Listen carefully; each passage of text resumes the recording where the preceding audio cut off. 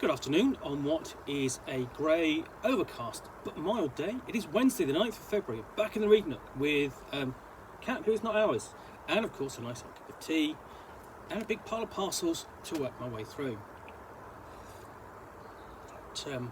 And we see now, let's see what I've got here. We have already looked at that, which is the Dungeon Books of BattleMats from Loke BattleMats, and then Towns and Taverns, also looked at that one, that's that series, and let's go somewhere in between with this, the third one in the series, which is the Wilderness Books of BattleMats, set of 2 battle map books for RPG. So this is published by Loke BattleMats. It's a really popular series, and what you get in here is that you get 2 books, and you can see you've got an open-ended album there and there.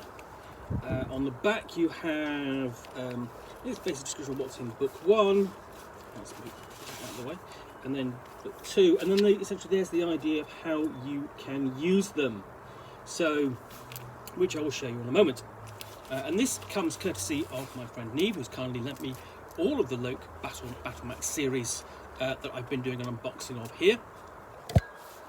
Let's get this one open and have a look at what's inside. Okay, so that's a start. Let's see what's on the back. It says 80 map pages, endless options, open and roll. Attention adventurers, the Wilderness Books of BattleMats are 2 wilderness fantasy themed tabletop roleplay map books full of modular maps. Create your own wild areas with 2 books that line up to create endless layouts, giving you a 24-inch by 24-inch map area from books that fit in your bag. Reduce your game prep time with these portable maps. White clean with a 1-inch grid design. The 360-degree spine allows the book to fold completely in half if space is tight, or lay dead flat so your adventure can unfold in front of you. With imagination-sparking designs, the Wilderness Books of BattleMats are reusable for a limitless number of wild encounters.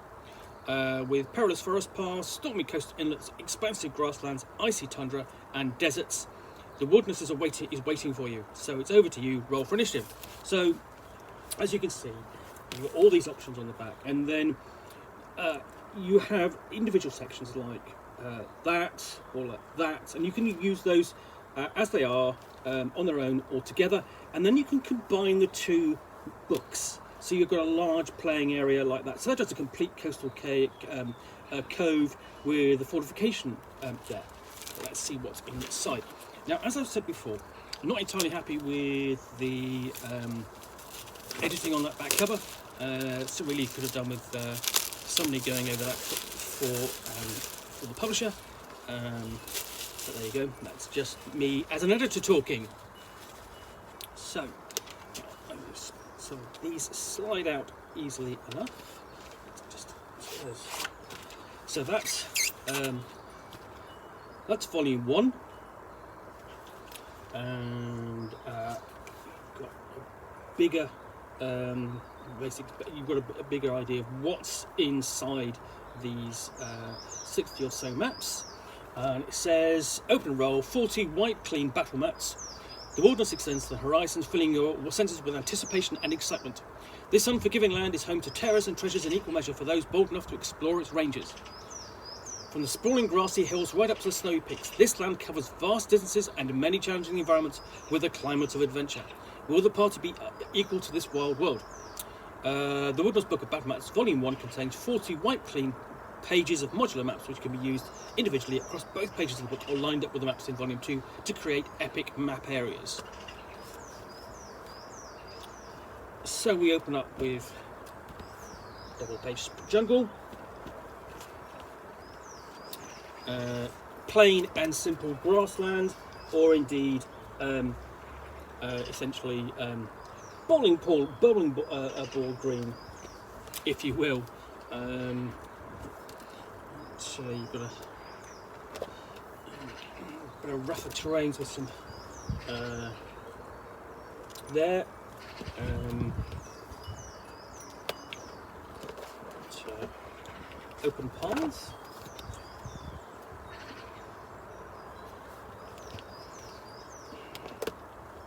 and a river or stream.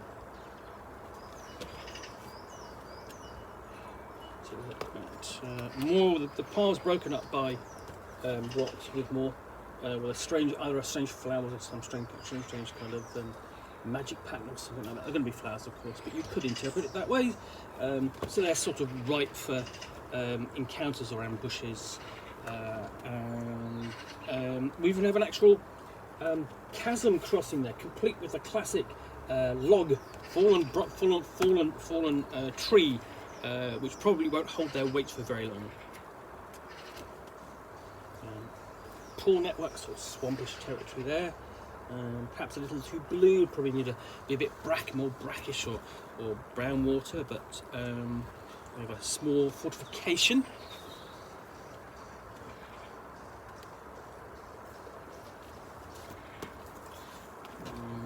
And a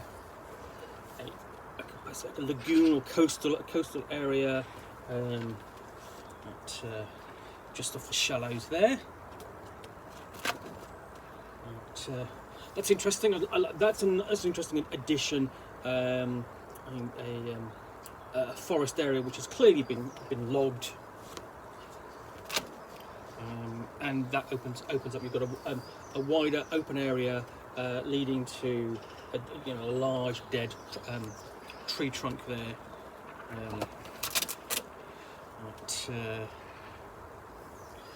More of an ornamental garden there, but it's sort of open courtyard area. Not quite fortifications, ruins, that sort of thing.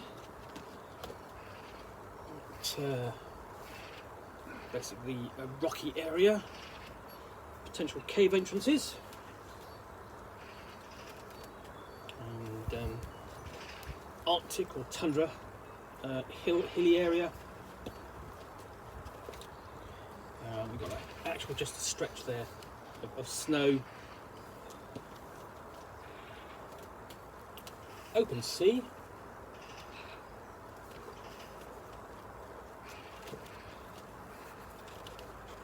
Desert.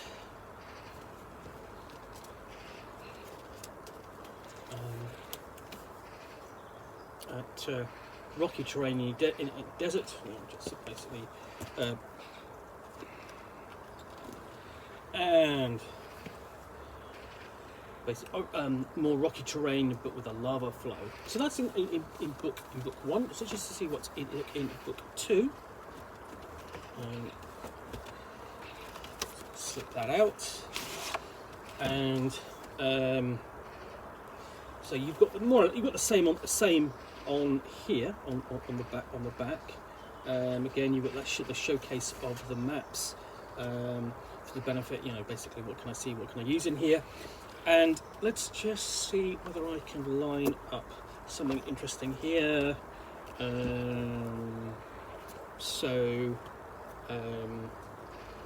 You have, here we go. We've got that, and you've got this time you have a rocky piece of rock, but you've got a chasm or canyon with a stream at the bottom, and you've actually got a small stone bridge over it. Whereas early in the other volume, which I'll just flip through, here we go, that's fortuitous, we have that. And so what you would do is you would sort of layer it like that. You can see, just bring that back a bit so you can just a bit. I mean, it is a bit ridiculous me holding this light here. I could almost do with an assistant, but cat is no use and nowhere to be seen at the moment. And I'd probably have to bribe him. So let's have a look. So again, these are all matching similar areas. I'm not going to show you all of them because there are several. So you've even got, you've got more grassland. So you could have double the area of grassland, and so what you have is an area which you can just play on there, or you can combine the two, or with the second volume, you place it, as an extension out here, or square up there, depending upon the terrain. you know, you get the sides to match. So you've got more of the pools with the flowing water, and you've got almost like a weir there, or rapids, which are useful, sort of like, so you could imagine fitting that with the previous map terrain and having the players in a boat or something ambushed at that site.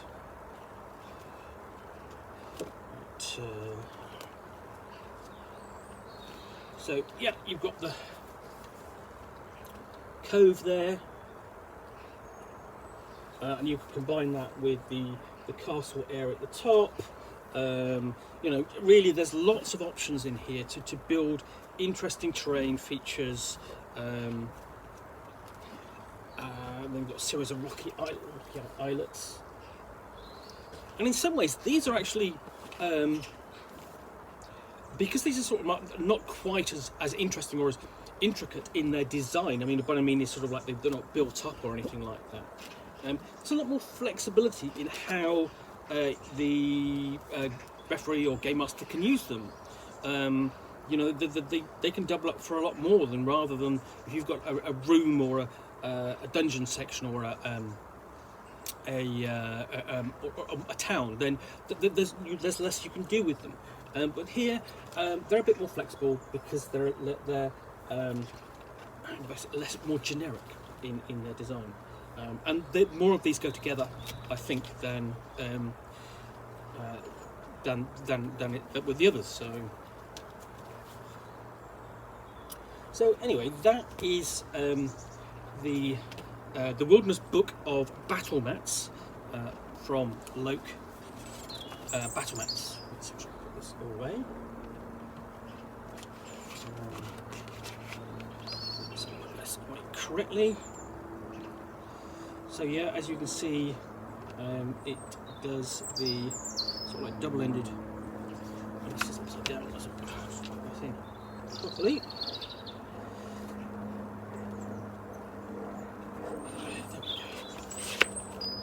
So yeah, that's the Wilderness Book of BattleMats from Loke BattleMats. I want to thank Neve for lending these to me to unbox and show them off to you. I hope you've enjoyed this unboxing of the Nook. If you have, then of course please do click that like button down below. And if you've got any comments or feedback, I appreciate you taking the time to post those.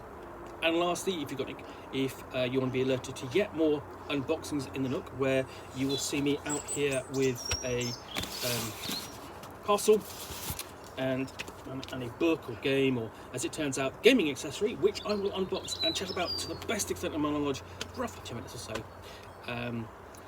All of course accompanied by a nice hot cup of tea, and occasionally the cat, who's not ours, he's gone. Then please do hit that subscribe button. Thanks again for watching. I'll be back again soon with another unboxing of the Nook. Bye for now.